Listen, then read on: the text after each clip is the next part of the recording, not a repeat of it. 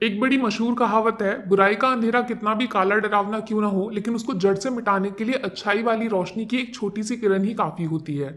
बस शर्त इतनी सी है कि आपके अंदर अंधेरे में आंखें खोलने की हिम्मत होनी चाहिए। सुशांत सिंह राजपूत एक ऐसा नाम जिसने बॉलीवुड के अंधेरे को दूर करने की एक छोटी सी कोशिश की थी, लेकिन घमंड और पैसे के नशे में चूर ऊंची ऊंची दीवारों के पार रहने वाले मुंबई के अमीरजादों ने हमेशा हमेशा के लिए उनके टैलेंट पे पर्दा डाल दिया। लेकिन सच को रोकने के लिए आप कितने भी ताले क्यों ना लगा दो या फिर रास्ते को तिरछे पहने नुकीले पत्थरों से क्यों ना सजा दो, इंसाफ का इरादा रखने वाले पैर खून खराबे से डरते नहीं हैं। सीबीआई फॉर एसएसआर 9 मामूली अक्षरों से बना ये छोटा सा शब्द अब इतिहास के पन्नों में दर्ज होने वाला है, क्योंकि इसके सहारे देश के 140 करोड़ लोगों को एक साथ जोड़ने जैसा असंभव काम आखिरी मंजिल तक पहुंच गया है। मुझे खुशी होती है बताते हुए कि इस बार राजनीति की रोटी सेकने वाले मक्कारों से और पैसे की धुन पर दुनिया को नचाने का सपना देखने वाले रईसों से भी ऊपर जीत हुई है इंसानियत के लिए दिन रात खड़े रहने वाले कुछ सच्चाई के सिपाहियों की, जिनका मकसद सिर्फ एक था, सीबीआई फॉर एसएसआर। जी हां, फैसला आ गया है और सुशांत का केस पूरे तरीके से सीबीआई के हाथों में सौंप दिया गया है।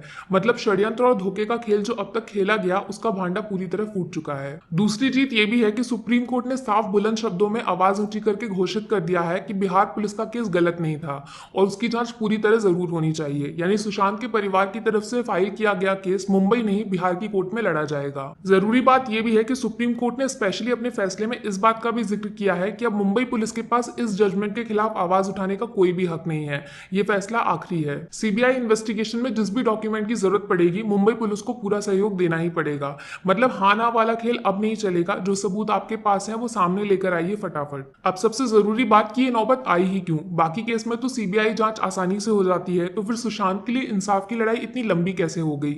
जवाब सिर्फ दो शब्दों का है, रिया चक्रवर्ती। दरअसल हुआ कुछ ऐसा, रिया मैडम ने कुछ दिन पहले अपने इंस्टाग्राम प्रोफाइल पर सुशांत के लिए एक लव लेटर लिखकर उनकी इंसाफ की लड़ाई में छलांग मार के सीबीआई जांच की सिफारिश कर दी और रूठे हुए सुशांत के फैंस का दिल वापस जीतने की तैयारी कर ली। लेकिन वो कहते हैं ना, कभी कभी सरस्वती आपकी जुबान पर बैठ जाती हैं और बोली हुई बात हकीकत में भी बदल सकती है। बस ठीक वैसे ही रिया मैडम की इंस्टाग्राम प्रार्थना कबूल हो गई और बिहार में सुशांत के परिवार ने एक केस फाइल कर दिया, जिसकी वजह से इन्वेस्टिगेशन सीधा सीबीआई के हाथों में जाने लगा। बस यहाँ से कहानी में ट्विस्ट आया जब रिया मैडम खुद सीबीआई जांच के खिलाफ खड़ी हो गई और बिहार वाला केस महाराष्ट्र सरकार को सौंपने के लिए सुप्रीम कोर्ट में अपनी अर्जी दाखिल कर दी। उनको मुंबई पुलिस में सबसे ज्यादा भरोसा है, जिसने 2 महीने पुराने केस में आज तक एक एफआईआर तक फाइल नहीं की है। बस इसी विरोध वाली अर्जी के कारण सुप्रीम कोर्ट को बीच बचाव के लिए केस में शामिल होना पड़ा और अब फाइनली केस सीबीआई के भरोसे छोड़ दिया गया है, जिसकी तरफ 140 करोड़ लोगों की आंखें इंसाफ की उम्मीद लगाकर देख रही हैं। वैसे रिया मैडम से याद आया, सिर्फ सीबीआई इनकी दुश्मन नहीं है, इनके दूसरे दीवाने भी हैं, जिनका नाम है ईडी यानी enforcement directorate,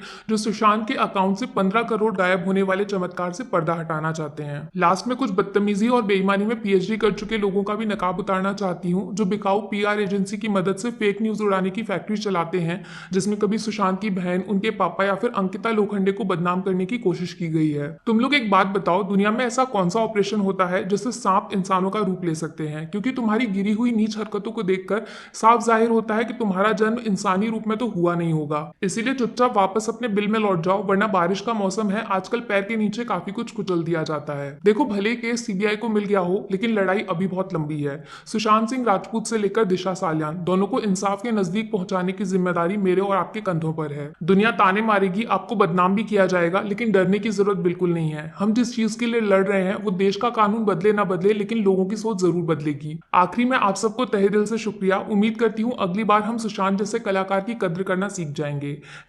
#justice for SSR.